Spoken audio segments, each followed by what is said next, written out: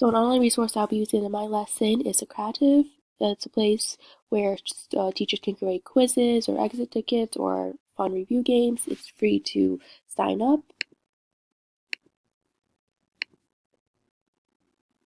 So you can make these three things, and you can make it either multiple choice or true or false or short answers. And you go over here, this is where you create the quizzes and exit tickets.